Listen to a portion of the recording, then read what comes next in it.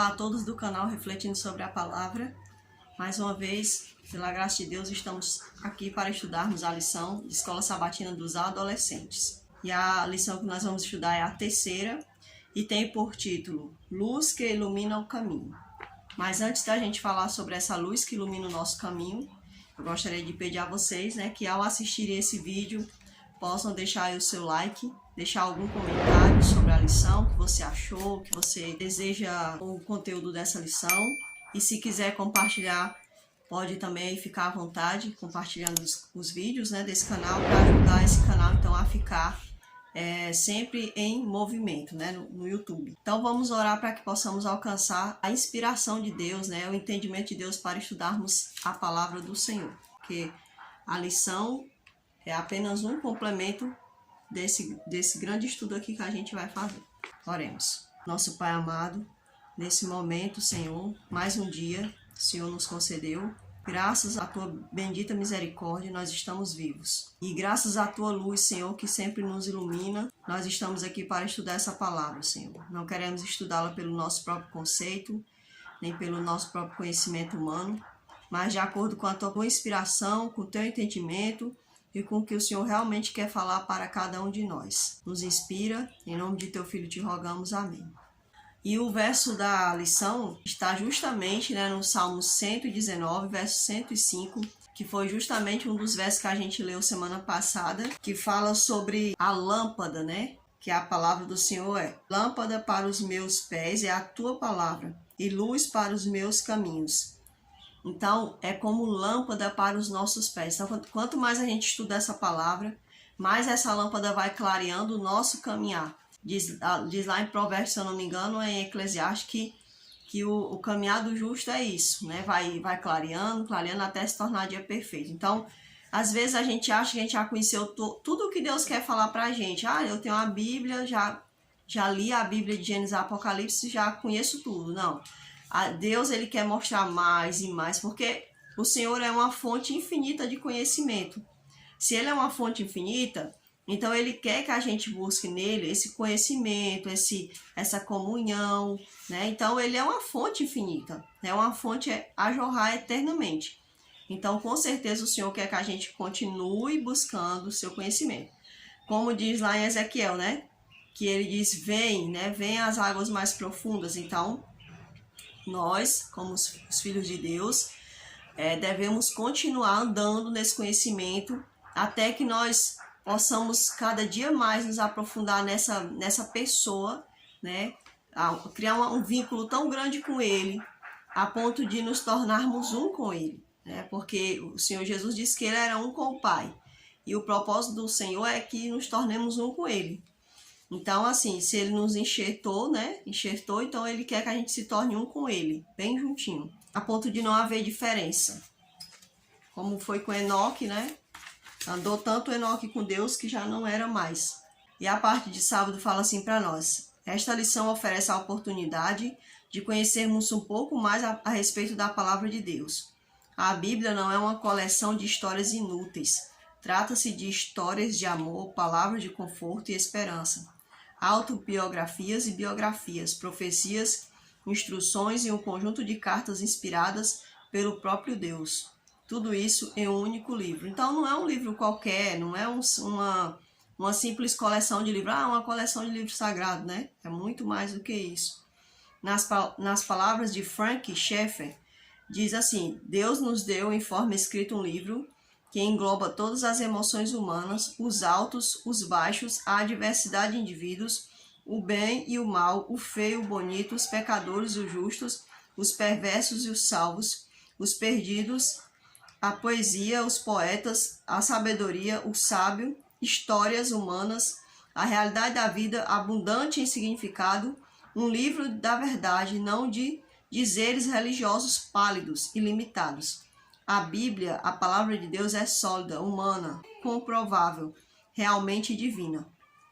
Então, ela é um livro, que você encontra ali várias coisas dentro, encontra história, encontra poesias, encontra lados obscuros dos servos do Senhor, mas também encontre o lado dessas pessoas que querem conviver com o Senhor. Então, a gente vai encontrar várias coisas ali dentro do livro sagrado. Então, assim, Deus, ele não foi colocar ali uma perfeição, não foi deixar revelar só a perfeição, né? Não. Ele mostrou também como é o caráter dos filhos dele, como esses filhos se reabilitaram através do caráter de Deus, né? Ao continuar olhando para Deus, para a luz do Senhor. Então, a palavra de Deus é tudo isso, né? Ela engloba tudo isso, ela mostra sobre a justiça, ela mostra sobre a justiça, mostra várias coisas. E diz mais assim: considerar a palavra de Deus como realmente divina nos ajuda a entender por que homens como Wycliffe, Hus e Jerônimo se dispuseram a dar a própria vida por ela. Então, assim, a gente fica pensando, esse povo é louco, né? Muitas pessoas devem pensar isso aí, né? Que os servos do Senhor são pessoas loucas, que a ponto de doarem a sua vida, né? Por conta de um livro, por conta do que leram nesse livro. Mas não é só por algo que eles leram no livro, mas é por alguém que eles conheceram nesse livro, e é alguém real.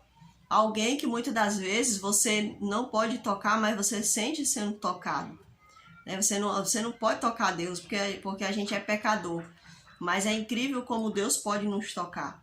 Então ele pode tocar a nossa mente, o nosso corpo. Né? Quem aqui nunca passou por uma experiência de sentir a própria mão do Senhor lhe tocando quando está numa angústia, quando está com a enfermidade?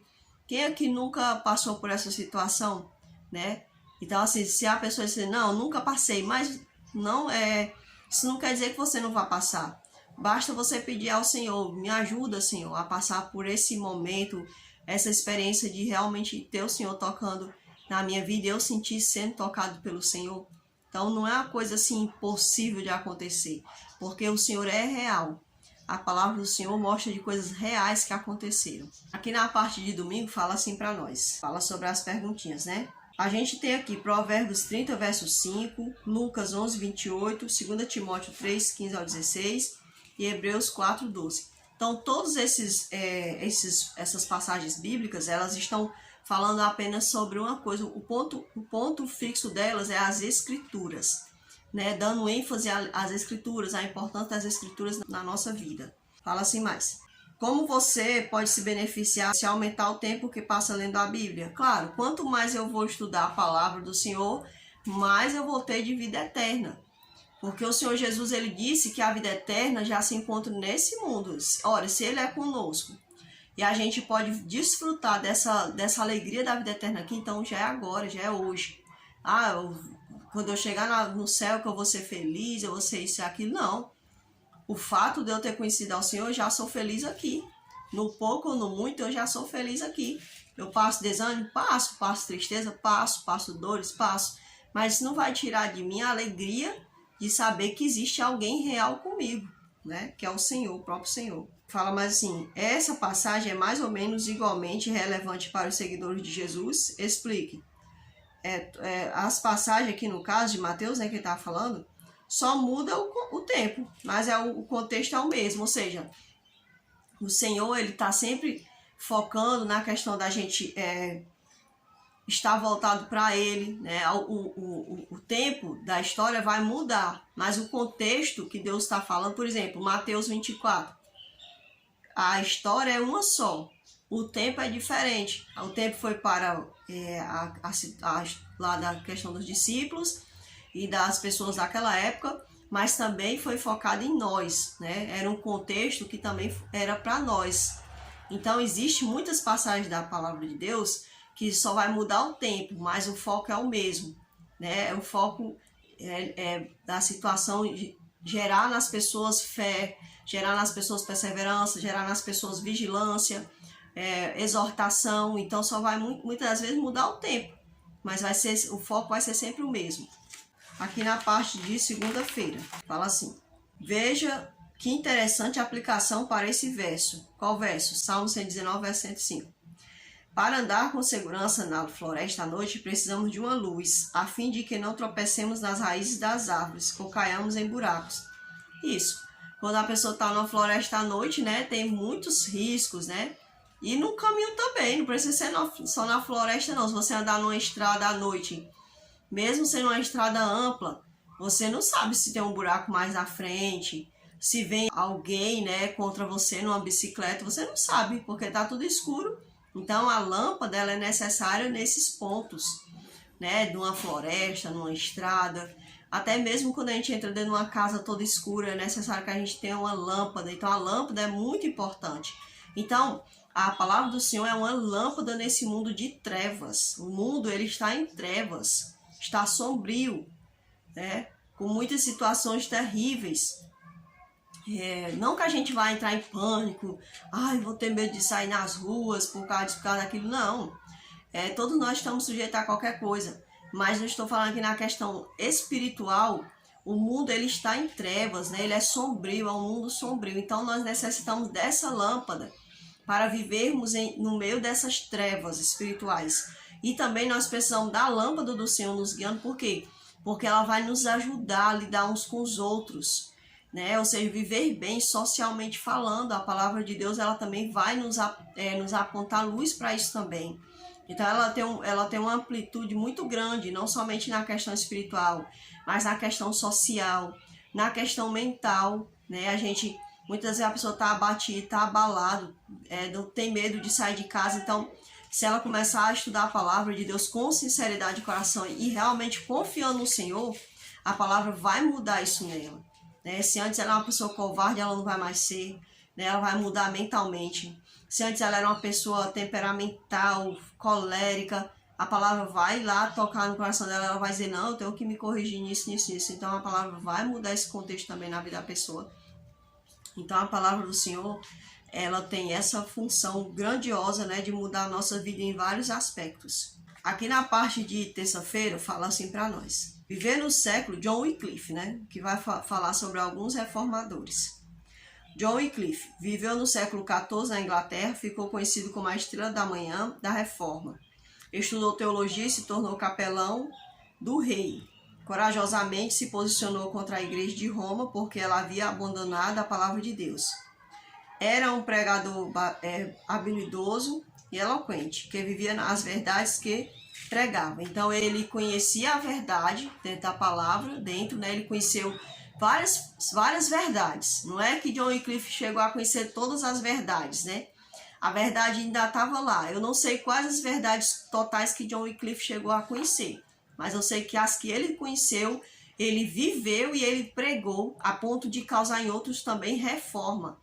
E uma dessas verdades foi sobre as imagens, sobre a questão da Eucaristia, né? Que as pessoas vão lá fazer a Santa Ceia, né? John Wycliffe entendia que não, que o Senhor já tinha morrido uma vez, né? Que aquilo dali não era Jesus sendo crucificado novamente. Então John Wycliffe ele entendeu várias verdades, né? E essas verdades ele procurou viver, né? E ele não temeu até mesmo a morte. Não que ele não tenha ficado com medo do que os homens podiam fazer com ele, ficou com medo, mas isso não fez com que John Wycliffe parasse. Ele disse, sim, eu tenho medo de perder a vida, mas eu vou, se for o caso de entregar a minha vida, eu vou entregá-la, né? Eu vou entregar por quê? Porque eu vivo uma verdade, né? Então John Wycliffe ele não teve medo. Então as verdades que o Espírito Santo foi mostrando a ele, porque com certeza o Espírito Santo queria mostrar muitas verdades a ele, assim como o Espírito Santo quer nos mostrar, porque Jesus falou que era necessário vir um Consolador e que o Consolador nos revelaria toda a verdade. Por quê? Porque muitas meias verdades são ensinadas no mundo. Então John Wycliffe ele começou a entender a verdade, como de fato ela era. E aí eles tentaram apagar a luz de John Wycliffe, né? A luz que ele ia tendo do Espírito Santo, mas ele não aceitou que apagassem essa luz, não. A luz acendeu dentro de mim e a tendência é que eu continue, né? Fazendo essa luz crescer cada vez mais. Assim como eles tentaram apagar a luz que os valdenses acreditavam, que os albigenses acreditavam, né? Então eles foram tentando destruir essa luz dessas pessoas, né? E também tentavam destruir a luz que essas pessoas iam ensinando a outros. E aqui fala mais assim, ó. A maior obra de sua vida foi a tradução das escrituras para o inglês. Então o objetivo dele era que toda a Inglaterra pudesse ler sobre as obras maravilhosas de Deus. Ensinou que o Espírito Santo era o único intérprete da Bíblia. Mais um meio de terem raiva, né? Porque John Wycliffe disse, não, se foi ele que inspirou, então ele que ensina. Olha, se muitas das vezes se uma pessoa, você compra uma TV, aí você não está conseguindo entender o manual daquela TV. Você vai entrar em contato com quem? Com quem criou a TV, né? Então, assim, a Bíblia é um manual, mas quem criou a Bíblia foi o Espírito Santo. Aí as pessoas ficam com raiva porque não entendem a Bíblia, ou porque vê alguém seguindo o que está dentro da palavra. Mas aí a palavra do Senhor garante que existe alguém que pode ensinar o que aquele livro quer mostrar de fato, né? Então, o maior intérprete da Bíblia é quem o ensinou, quem o inspirou, que foi o Espírito Santo. Agora, John Hus. John Hus nasceu em um lar humilde na Boêmia, estudou na Universidade de Praga e entrou para o sacerdócio. Tornou-se professor e depois reitor da universidade. Ao estudar a Bíblia e os escritos de Wycliffe, reconheceu o verdadeiro caráter do papado e denunciou o orgulho e a ambição e a corrupção da hierarquia. Qual a hierarquia? A hierarquia do papado. Então, tinha ali os bispos, os arcebispos, né? E todas essas pessoas até chegar no papado, que é né, o sacerdócio maior que eles têm, né? Então, eles foram denunciando. Por quê? Porque eles entendiam que Deus não colocou hierarquia.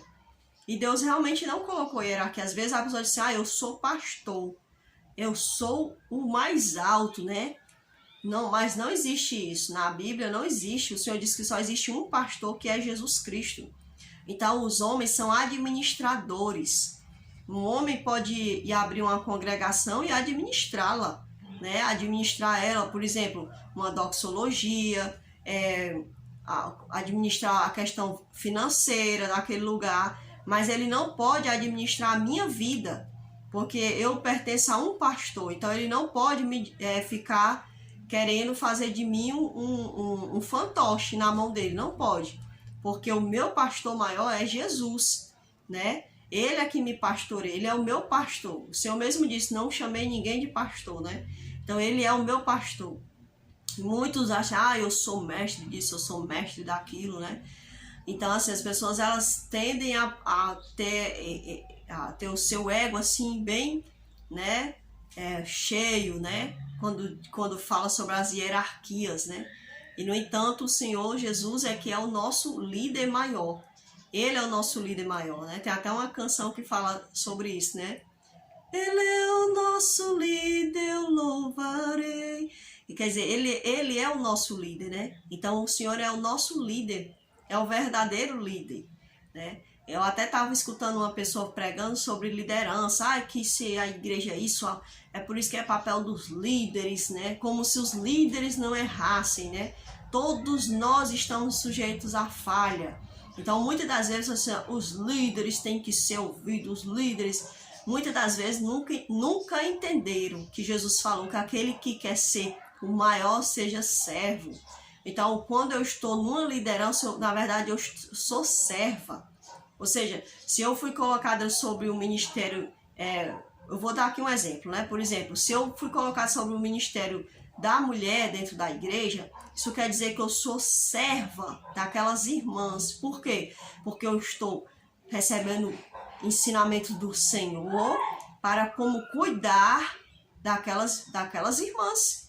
Então, na verdade, eu não sou a do topo, né? Eu não sou a líder do topo. Na verdade, eu sou a serva do Senhor, que ali cuida daqueles conservos. E assim vai sucessivamente, seja o departamento infantil, seja o departamento de DBV, seja o departamento de jovem, do Lar e Família. Quando eu recebo um encargo, na verdade eu sou servo. Só que às vezes a pessoa ela pega aquele ministério e eu sou líder, né? Eu sou tal, eu sou a tal.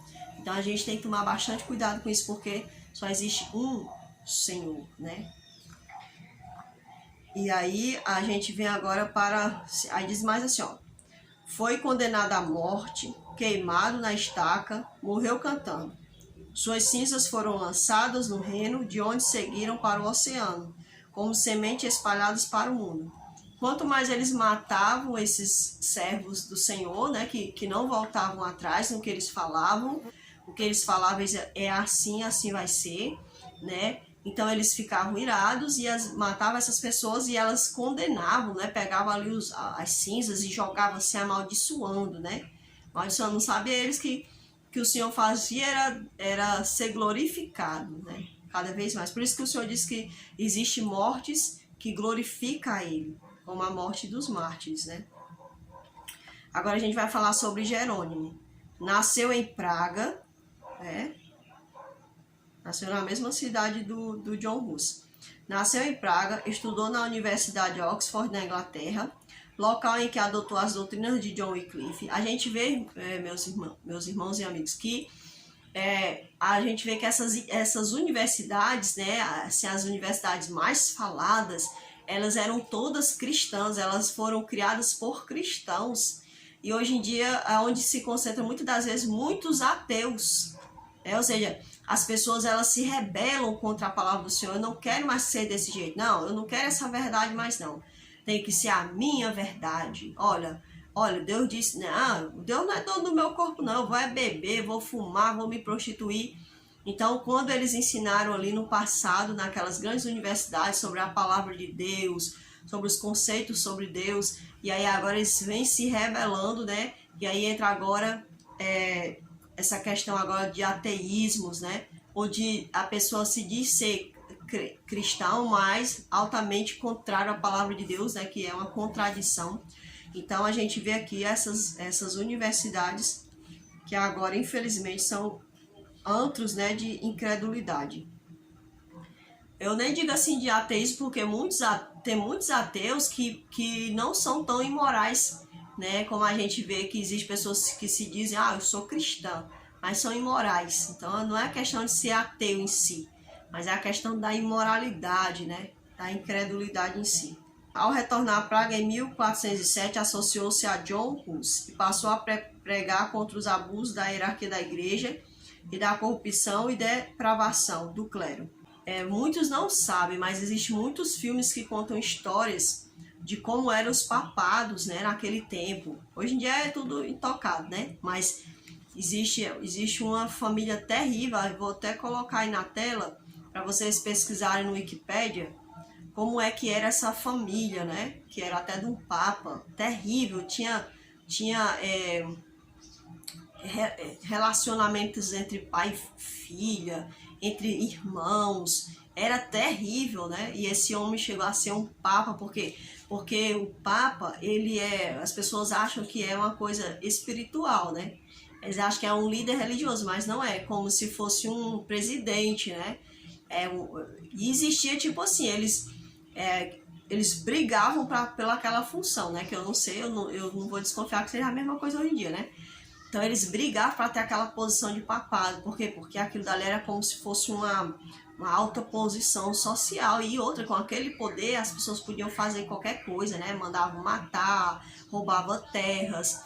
Então era por isso causava revolta nos servos de Deus. Porque eles viam, como assim essa pessoa entrou para ser um líder religioso, mas ele está roubando, né? Tá tomando posse das terras.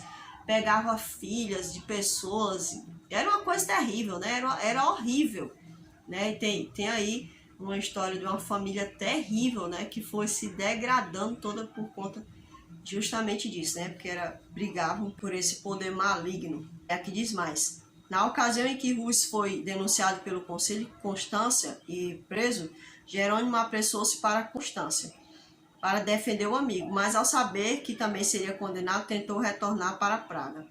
Foi preso na Bavária e retornou a Constância, ocasião em que renunciou às suas crenças. Aqui a gente vê, meus irmãos, que Jerônimo, né, ele se juntou-se a John Hus nessa reforma, né, de continuar ali levando essa verdade adiante, a verdade que eles tinham conhecido. Só que quando o John Hus morreu, aqui fala, né, a história que ele foi lá tentar defender o Hus, só que quando ele viu que ia ser preso, ele retornou. E quando ele foi preso, a história conta que ele vacilou. Vacilou em que? Ele vacilou um pouco na fé, porque ele disse, eu renuncio às coisas que eu acredito, né? Só que eu acredito que ele se sentiu um covarde, assim como Pedro, né? Assim como Pedro negou Jesus, provavelmente Jerônimo pensou, eu sou um Pedro, mas eu não quero ser Judas, né? Senhor, me perdoa. Então ele se arrependeu E a história conta, né, que ele se arrependeu de ter feito isso, de ter sido tão covarde. E ele disse, eu renuncio, né? Eu renuncio às palavras que eu disse que eu não acreditava mais, mas eu creio sim, eu continuo acreditando. E se for preciso eu morrer, eu morrerei, né? E então ele realmente morreu, né? Aqui fala que ele foi queimado vivo, sendo dado como um herege. Então, meus irmãos, a questão é, se você é jovem, se você é adolescente, se você é um adulto, não importa a sua idade. Se você fez assim como Jerônimo, né? Em algum ponto você vacilou, a palavra do Senhor, ela não é que Deus vá agora ficar irado contra a pessoa. Não, o que o Senhor quer é que a gente se arrependa, né? Que a gente se arrependa da nossa covardia, porque o Senhor disse que não, que a alma dele não se alegra com o covarde, né? Que o covarde, ele até tem aquela passagem lá do Gideão, né? Que o Senhor diz assim, olha, manda os tímidos voltarem. Por quê? Porque essas pessoas, a covardia, ela contamina os outros. Então é muito mais difícil, meus irmãos, você contagiar alguém com a verdade do que com a mentira. É muito mais difícil você contagiar alguém falando para ela, olha, tenha força, não baixa a cabeça, vai adiante, não renuncie. É muito mais difícil do que você dizer assim, ó, ai, gente, não aguento mais. Se uma pessoa dizer assim, os outros saem tudo, sabe, parece que assim, que o resto todo fraqueja, entendeu? Porque é mais fácil a gente retroceder do que a gente ir adiante, né? Por quê? Porque a covardia, o pecado faz parte da gente. E o ânimo é algo que vem de Deus. Dizem que o desânimo, né, é uma das armas melhores que Satanás tem para a vida do servo de Deus. E é verdade, eu acredito nisso. Que ele fica todo o tempo tentando desanimar. E ele tentou desanimar Jerônimo, mas Jerônimo voltou atrás, né, do seu desânimo e disse, não, eu vou com o Senhor. Eu não vou fazer esse papel de covarde. Não. Eu não sou melhor do que o meu mestre. Se meu mestre morreu por mim, por que eu não morrerei? Né? Jerônimo ali glorificou a Deus. Aqui no verso de impacto, nós vamos ver o livro de Josué, capítulo 1, verso do 8 ao 9. Fala assim para nós, Josué 1, do 8 ao 9. Não cesses de falar deste livro da lei, antes medita nele dia e noite, para que tenhas cuidado de fazer segundo tudo quanto nele está escrito. Então farás prosperar o teu caminho e serás bem sucedido. Não te mandei eu ser forte e corajoso, não temas nem te espantes, porque o Senhor teu Deus é contigo, por onde quer que andares.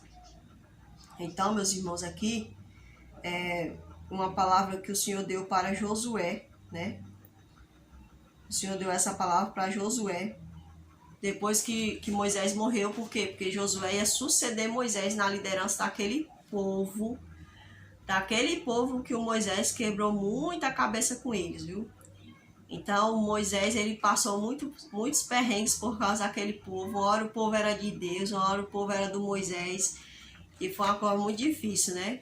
Às vezes a gente acha difícil liderar um pequeno grupo, uma escola sabatina com adolescentes, a gente já acha difícil, né? Imagina Moisés liderando aquela multidão de pessoas, e não eram pessoas qualquer, eram pessoas rebeldes, pessoas que queriam fazer tudo conforme o querer deles, né? Pareciam criancinhas pequenas, cheias de querer, né? Então, o Senhor disse para Josué, né? Olha, agora que meu servo é morto, eu vou precisar que você continue crendo, que você tenha ânimo, né? Eu vou te dar força, Josué. Não precisa você se preocupar. Você só tem que fazer uma coisa, você tem só que guardar tudo que você conhece dessa lei, né, das escrituras. Você só tem que continuar sendo fiel. E aí você vai se dar bem, você vai prosperar, você vai ser um homem bem-sucedido. Você vai ser um homem feliz. E quando a gente fala assim, próspero, né, prosperar, aí o pessoal já pensa logo assim que ele vai me dar um monte de camelo, um monte de tenda, um monte de mulher, né? O pessoal já pensa logo assim que o Josué pensou por isso, né? Pensou nessas coisas. Eu tenho um montão de filhos, né? Só que não era isso que o Senhor estava falando para Josué, né? É que ele ia prosperar, ele ia ter o privilégio de entrar naquela cidade que representava a Canaã celestial. Ele ia desfrutar da bênção do Senhor, da paz, né? Das vitórias contra outros povos, quando esses viessem contra Israel. Então era isso que o Senhor estava querendo falar para Josué. A parte de quinta-feira fala assim: pureza de vida, diligência constante em estudo e labores, integridade, incorruptível e amor cristão caracterizam o primeiro dos reformadores. Foi a Bíblia quem o fez assim. O estudo das Escrituras enobrece cada pensamento, sentimento e ambição de uma forma que nenhum outro estudo é capaz de fazer. Dá firmeza de propósito, coragem e força. O estudo fervoroso e reverente das Escrituras pode dar ao mundo pessoas de intelecto mais forte, em princípios mais nobres, do que o resultado da melhor instrução disponível em meio às filosofias humanas. É verdade, né? Nós sabemos que quanto mais a gente se aprofundar nas Escrituras, se eu não tenho mudado até hoje, né? É porque eu não tenho me aprofundado nas Escrituras. Porque se eu me aprofundasse de fato nela, eu vou crescer cada vez mais. Eu vou crescer em vários pontos, né? Não é só nas coisas do porvir, mas aqui, enquanto eu estiver aqui, eu vou crescer também. O Senhor vai me dar entendimento, né, para lidar com certa situação, vai ampliar minha visão. Eu vou poder ver coisas, né, além da que de fato eu vejo, né? Então, assim, o Senhor, ele está aqui para trabalhar o nosso caráter, né, o nosso ser. Aqui diz assim na parte de sexta-feira: por mais antigas que a história de John Wycliffe, Hus e Jerônimo pareçam, não devemos pensar que isso foi algo que aconteceu apenas na época com aquelas pessoas. Há muitos países hoje em dia que continuam perseguindo. A gente percebe aqui, pessoal, que não foi só na época de John Wycliffe, de John Hus, que houve perseguição, né? Hoje em dia não é diferente, né? Só se modernizou. E outras, já a gente fica sabendo também, algumas coisas a gente fica sabendo, né? Porque a mídia, ela não vai falar: olha, estão matando cristãos ali, olha, estão degolando cristão acolá. Não, a mídia não vai falar sobre isso, né? Porque a mídia, ela tem muitos laços com certos tipos de coisas, né? Então ela não vai se preocupar com isso, né? Só quem se preocupa com isso é o servo de Deus que ora. E é por isso que é necessário que a gente ore, meus irmãos. A gente deve orar. Porque se eu não estou lá pregando em países assim difíceis, existem pessoas pregando lá, então eu devo orar. Eu devo sempre manter a intercessão por essas pessoas. E não é diferente também, meus irmãos. Às vezes as pessoas, elas querem entrar dentro de favelas para pregar, né? Muitas das vezes uma pessoa não vai querer que a pessoa pregue lá. Por quê? Porque ele não vai querer que você mude, né, o contexto que ele está ali impondo sobre aquela sociedade, né, sobre aquela comunidade. Então é necessário que a gente ore, né, e é necessário também que a gente deixe a covardia de lado, porque muitas vezes nós somos covardes, nós nos acovardamos, a gente não quer ir para tal canto. Por exemplo, outro dia a gente estava num terminal entregando os folhetos, né? E ali com um sonzinho ligado, e a pessoa, por ser uma autoridade, né? Ela não era uma autoridade, mas ela era ali, estava fardada, não era da polícia, né? Mas parece que irritou nela, né? Porque assim, a pessoa pode tocar música de forró, de outras coisas lá dentro daquele lugar, né? Mas como a gente estava ali entregando o folheto e estava com o sonzinho ligado, não era alto, né? Era uma coisa moderada. Aquela pessoa veio com raiva mandar a gente baixar o som. Então eu fiquei pensando: olha, né, tem gente que chega aqui, faz um teatro, faz um barulho, uma baderna, né? E às vezes com pessoas de time, né, pode chegar aqui, pode badernar. Você escuta músicas aí, né, músicas seculares, e ninguém vai mandar você baixar o som, né? Mas quando é uma coisa pro Senhor, aí o inimigo, ele se aproveita de pessoas que não suportam a palavra, né, para agora tentar atrapalhar a obra do Senhor, né? Então, meus irmãos, são países que nós devemos orar. Olha só: Coreia do Norte, Afeganistão, Arábia Saudita, Somália, Irã, Maldivas, Uzbequistão, Iêmen, Iraque, Paquistão, e por que não dizer a famosa China, né? Que lá não se mata só os cristãos, mas lá se persegue todo tipo de religião contrária ao governo, né? A gente vê ali que existe perseguição contra os chamados uigures, né, contra aquele segmento lá, não sei se é Falun Gong o nome, mas existe muitas perseguições. Às vezes a pessoa quer orar pelos cristãos, né, mas às vezes a pessoa, por ela não incitar a violência, né, então às vezes eles são perseguidos também, né, ou por não concordar, né, com alguns tipos de autoridade, então eles são perseguidos também, né.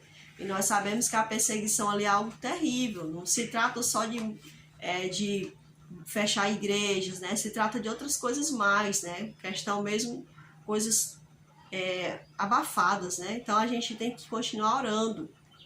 E existem países também que a gente acha que são países livres, mas eles não são totalmente livres, né?